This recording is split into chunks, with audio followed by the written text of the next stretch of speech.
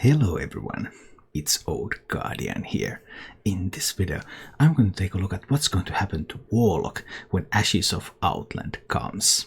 I will take a look at the upcoming Warlock cards and a bunch of theorycrafted decks for Warlock that I have built to see what those cards could look like in action. If you enjoy content like this, subscribe to my channel and click the bell so that you get notifications when new videos come up. I'm going to do this for every class. But then those Warlock cards. Warlock is going to get a prime minion, Galakrond Ebon Lock. In its original form it's a 2-mana 3/2, your demons cost 1 less. With a death rattle, shuffle Galakrond Prime into your deck. And Galakrond Prime is an 8-mana 7/6 demon. With a battle price, summon 3 friendly demons that died this game. So you can play this in like zoo style of deck, you could play this in like big demon style of deck. What's particularly notable is that this is pretty poor fit with Galakrond. It just doesn't match well because with Galakrond you're summoning tons and tons and tons of 1/1 imps. So when that happens, then Galakrond Prime is likely to give you a 7/6 and 3 1/1 imps. Of course there's also a chance to get some of those random demons from Galakrond or something, but overall both a zoo and big demon support card that plays poorly together with Galakrond. Warlock is getting a bunch of support for this zoo-ish theme. For example, these cards. There's Dark Glare, 3-mana 3/4 demon. After a hero takes damage, refresh 2 mana crystals. So this sort of self-damage theme that has been around. And then someone at Blizzard loves Discard Warlock. Discard Warlock has been the most terrible invention in all of Hearthstone. They have pushed it so very hard so many times, and it always sucks. It sucks to play it even when it's good, because it just feels bad every time. But now they have another new take on Discard Warlock, because you have to want to discard your cards to play this game. This is our game. We have decided you need to want to discard your cards. And yeah, okay, I want to discard my cards after seeing this. Hand of Gul'dan, 6 mana. When you play or discard this, draw 3 cards. And Nightshade Matron, 4 mana 5/5 Demon Rush. Battle Cry, discard your highest cost card. So you are not allowed to play Galakrond Zoo anymore. You are supposed to play Zoo with a low mana curve so that you will discard your Hand of Gul'dan so that you will draw more cards. Do you understand? This is what we want you to do. And okay, that's I guess what we're going to do. Then there are a couple of more interesting cards because they don't force decisions on you quite as heavily. There's the Imprisoned Scrap Imp, 2-mana 3/3 demon, dormant for 2 turns. When this awakens, give all minions in your hand +2/+2. So this is also great fit into zoo-like decks, but it's also low tempo. So how do you balance all of that? I think it's good enough to run. It's a fairly early hand buff. You're going to have a lot of minions. The hand buff comes at a time where you want to get a little bit more power coming. So I think it's worth it. But it could also be that it's too low tempo and you're actually better off just going full aggro mode. Anyway, that's an interesting card because it allows you for some choices and you have to balance that. And another similarly interesting card is the Shadow Council. 1 mana, replace your hand with random demons, give them +2/+2. I can totally see this being run in zoo lists if it's a little bit of slower meta, so that when you start to run out of steam a little bit, but if you have played some Hand of Gul'dans and you have like 5 Hand of Gul'dans in your hand, then Shadow Council, turn them into random demons with +2/+2 stats, you're good to go again. But if it's a faster meta, Shadow Council, not going to have time to do that, you just need to go pure aggro.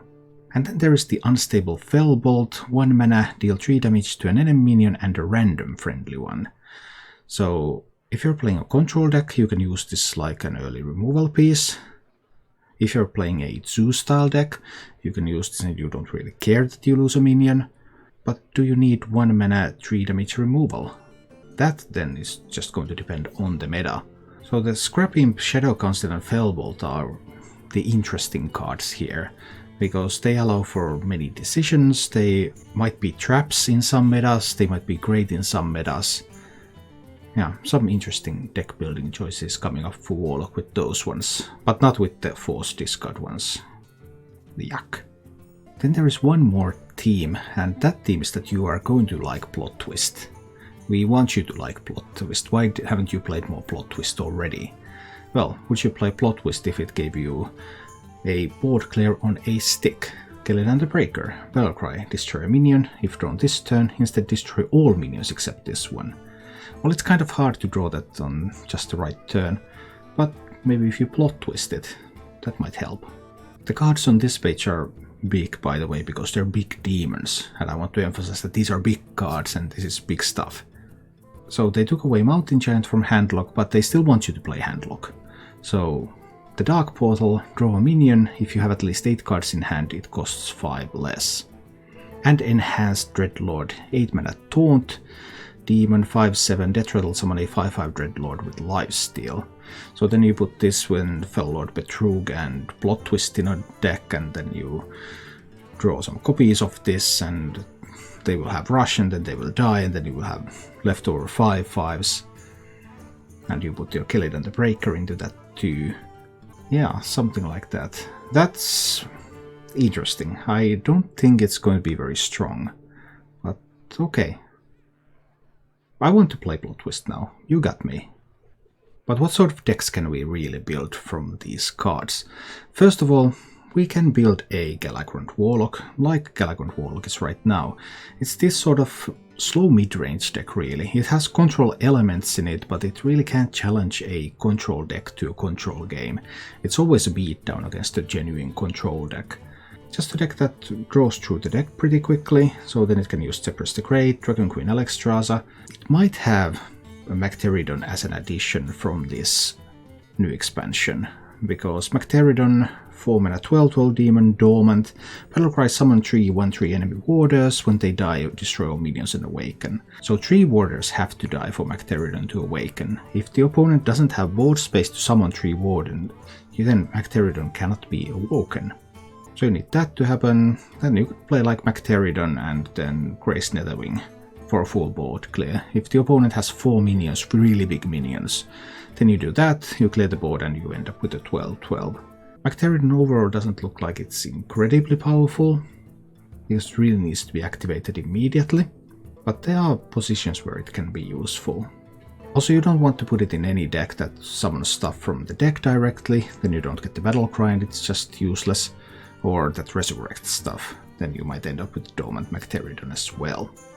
One of the interesting things about Galakrond Warlock for the upcoming meta is that Galakrond Warlock already runs Sacrificial Pact.